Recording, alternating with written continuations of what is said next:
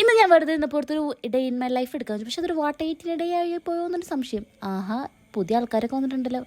രാവിലെ തന്നെ മനുഷ്യനെ മൂഡ് കളയാനായിട്ട്. അങ്ങനെ മൂടുള്ളപ്പോൾ ഞാൻ കുടിക്കേണ്ട സാധനമാണ് കേട്ടോ ഡെയിലി ഈ ചിയാ സീഡ്സ് ഇട്ട വെള്ളം. ഇത് ആക്ച്വലി നമ്മുടെ സ്കിൻ ഗ്ലോ ആക്കാനും അതേപോലെ നമ്മുടെ വെയിറ്റ് ലോസിനും അടിപൊളിയുണ്ട്. പക്ഷെ എനിക്ക് വെയിറ്റ് ലോസ് ഒന്നും കാര്യമായിട്ട് തോന്നിയില്ല. വേറെ ഒന്നും കൊണ്ടല്ല, ഞാൻ ഷുഗർ കട്ടൊന്നും അങ്ങനെ ചെയ്യില്ലായിരുന്നു കേട്ടോ. അപ്പോൾ എന്തായാലും നമുക്കത് കുടിച്ച് ഇറക്കാം. അപ്പോൾ അതൊക്കെ കുടിച്ചിട്ട് നമ്മുടെ ഇന്നത്തെ ബ്രേക്ക്ഫാസ്റ്റ് ഇടിയപ്പം നല്ല മുട്ട റോസ്റ്റ് ആയിരുന്നു കേട്ടോ. അപ്പോൾ എനിക്ക് നല്ല ഇഷ്ടമുള്ള ബ്രേക്ക്ഫാസ്റ്റ്. പിന്നെ കുറച്ച് നേരം കഴിഞ്ഞപ്പോൾ ഞാൻ ഇവിടെ മാങ്ങ എടുത്ത് വെച്ചു. മാങ്ങ സീസൺ ആവുമ്പോൾ പിന്നെ അങ്ങോട്ട് തിരിഞ്ഞാലും ഇങ്ങോട്ട് തിരിഞ്ഞാലും എവിടെ തിരിഞ്ഞാലും മാങ്ങ തന്നെ കേട്ടോ. പിന്നെ ഞാൻ കുളിച്ച് വന്നു, എൻ്റെ 2 സ്റ്റെപ്പ് സ്കിൻ കെയർ അങ്ങോട്ട് ചെയ്തു. സത്യം പറഞ്ഞാൽ കുറേ നാളെ ഞാൻ ഒന്ന് മര്യാദ സ്കിൻ കെയർ ഒക്കെ ചെയ്തിട്ട് അതിൻ്റേതായ പ്രശ്നങ്ങൾ എൻ്റെ സ്കിന്നിൽ ഇപ്പോൾ കാണുന്നുണ്ട്. അപ്പോൾ അതൊക്കെ നമുക്ക് നോക്കിയാക്കി എടുക്കടാ. ഈ സാധനമല്ലേ നമ്മുടെ വാസലിൻ്റെ ഗ്ലൂട്ടാ സംഭവം അടിപൊളിയുണ്ടാ. ഞാൻ അതിനെക്കുറിച്ച് വേറെ വീഡിയോ ഇടാട്ടാ. പിന്നെ കുറച്ച് നേരം കഴിയുമ്പോൾ ഞാൻ നമ്മുടെ ഈ മുസമ്പി എടുത്ത് കഴിച്ചു. ഡെയിലി ഒരു വൈറ്റമിൻ സി ഫ്രൂട്ട് കഴിക്കെങ്കിൽ നിർബന്ധ.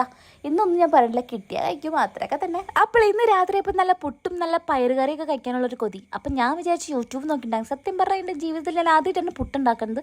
അതിൻ്റേതായ പ്രശ്നങ്ങൾ അതിനുണ്ട്. പിന്നെ യൂട്യൂബിലൂടെ നമ്മൾ രക്ഷപ്പെട്ടു പോയിടാ.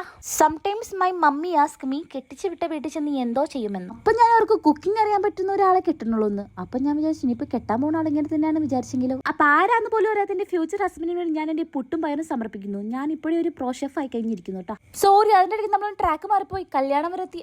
അവിടേക്കൊന്നും പോകാറായിട്ടില്ല കേട്ടോ. ഇപ്പൊ കാര്യത്തിലേക്ക് എടുക്കാം. പുട്ട് വെച്ച് നമുക്ക് ഒരാൾ എറിഞ്ഞില്ല എന്നുള്ള അത്ര കട്ടിണ്ടായിരുന്നു. പയറ് വലിയ തിരക്കിലുണ്ടായില്ല കേട്ടോ. അപ്പൊ എല്ലാവരും പറയുന്നല്ലോ മറ്റേ ഡയലോഗില്ലേ, ഈ ഞാൻ ഉണ്ടാക്കിക്കൊണ്ട് പറയുന്നതല്ല അടിപൊളിയായിരുന്നു. പക്ഷെ അതെനിക്ക് ഇവിടെ പറയാൻ പറ്റില്ല കേട്ടോ. നല്ല ബോറായിട്ടുണ്ട്. അപ്പൊ തരോടാ.